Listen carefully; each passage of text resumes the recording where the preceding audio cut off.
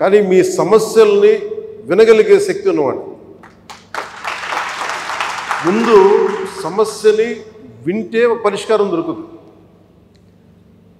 వినటానికి అలసట అందరికీ.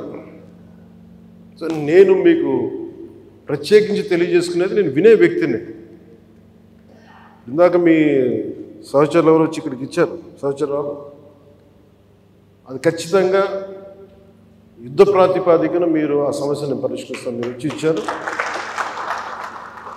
ఇలాంటివి చేయడానికంటే నాకు మీరు ఇందాక ముందు సంఘాల పెద్దలు కూడా మాట్లాడుతూ చాలామంది గతంలో కూడా మీరు సమ్మెలు గత ప్రభుత్వం మీద మా కోపం ఉంది, మీకు ఈ ప్రభుత్వం మీద మీరు మాట్లాడుతూ ఉన్నారు. ఒక్కటి ఏంటంటే ఇది అందరం కలిసి పనిచేయాలి, మినిస్ట్రీ కానీ ఉద్యోగులు కానీ. గతంలో ఎవరు ఎలా చేశారో నాకు తెలీదు, మీరందరూ వింటా ఉంటే నేను సమస్యలు వింటా ఉన్నా. కాకపోతే ఇది చాలా పురాతనమైన, చాలా బలమైన వ్యవస్థ, చాలా పాత వ్యవస్థ. ఇది ప్రతిసారి వ్యవస్థకి ఒక తుప్పు పట్టినట్టు పట్టేస్తాం. దీన్ని బలోపేతం చేయాల్సిన అవసరం ఉంది.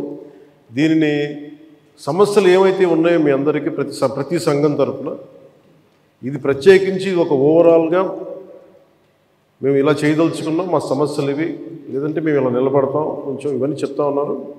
నేను మీకు ఈరోజు మాటిస్తున్నాను, పంచాయతీ పనులతో పాటు మీ సమస్యలను కూడా నేను వినే వ్యక్తిని. నేను ప్రత్యేకించి ఏ సంఘాలకు సంబంధించి ఆ సంఘానికి ప్రత్యేకించి ఒక టైంని అలాట్ చేసి మరి.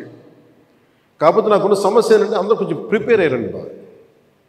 అంటే నేను చాలా శాఖలు ఉన్నాయి, మిగతా పనులు కూడా చూసుకోవాలి. కాబట్టి మీరు బాగా ప్రిపేర్ అయ్యి వచ్చి ఒక పరిష్కార మార్గం కూడా తీసుకెళ్ళండి. దాదాపు ఇలా ఆలోచించవచ్చు, ఇలా చేయొచ్చు. ఇందాక మీరు మాట్లాడుతూ అన్నారు, గత ప్రభుత్వం అంటే అంతకుముందు 2014 వచ్చినప్పుడు మా మీద కొంచెం కినుకుందన్నట్టుగా మీరు అన్నారు ఇందాక. అది అంటే భయపెట్టేవాడికి భయపడతారు కానీ కొంచెం ఓపెన్గా సహజంగా కొంచెం వినేవాళ్ళతోటి ఎక్కువ ఆ బాధను మేము గత ప్రభుత్వం వాళ్ళందరినీ భయపెట్టింది. మేము అదని అర్థం చేసుకోగలం. కానీ మేము మీకు భుజం కాసే వ్యక్తులు మేము. అందుకే ఒక వ్యవస్థని తిరిగి బలోపేతం చేయాలంటే చాలా చాలా కష్టసాధ్యమైంది. నాకు నిజంగా చెప్పాలంటే ఒకసారి నాకు ఇది నేను చాలా ఆనందంగా ఎంచుకున్న శాఖ. నేను ప్రభుత్వ ఉద్యోగ కొడుకుని, ఆ జీతాల మీద మేము పెరిగినవాడిని. మా నాన్న జీతాలు రాకపోతే మమ్మల్ని స్కూల్ బయటికి పంపించి మళ్ళీ జీతాలు వచ్చిన తర్వాత మళ్ళీ స్కూల్లోకి అలౌ చేసినాయి. అవి కూడా ఉన్నాయి నా సంఘటన. అలాంటి సంఘటనలు ఉన్నాయి. అందుకే నీ కష్టాన్ని అర్థం చేసుకోగలను. అంటే 1వ తారీఖు జీతం రాకపోతే ఏమవుద్దు నాకు అనుభవం ఉంది.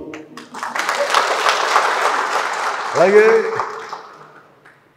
ఆఖరి వారంలో డబ్బులు అయిపోతే కూడా ఆ పరిస్థితి కూడా నాకు తెలుసు. మా పొరపాటున మేము ఏదో ఇవి జరిగిపోయినాయి కానీ మేము ఇలా ఈ సినిమా రంగంలో ఇవన్నీ ఉండటం వల్ల బేసిక్గా చాలా సాధారణ స్థాయి నుంచి వచ్చాం. కాబట్టి అన్నిటికంటే కూడా సాధారణ స్థాయి మాకు భగవంతుడి వచ్చిన మమ్మల్ని తీసుకొచ్చిన సాధారణ స్థాయి కష్టాలని మేము మర్చిపోం.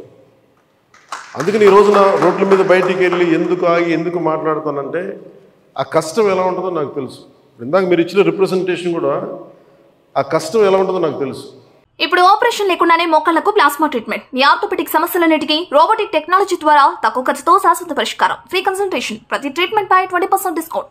ఈ ఆఫర్ కొద్ది రోజులు మాత్రమే. త్వరపడండి. V9 hospitals 9281465842.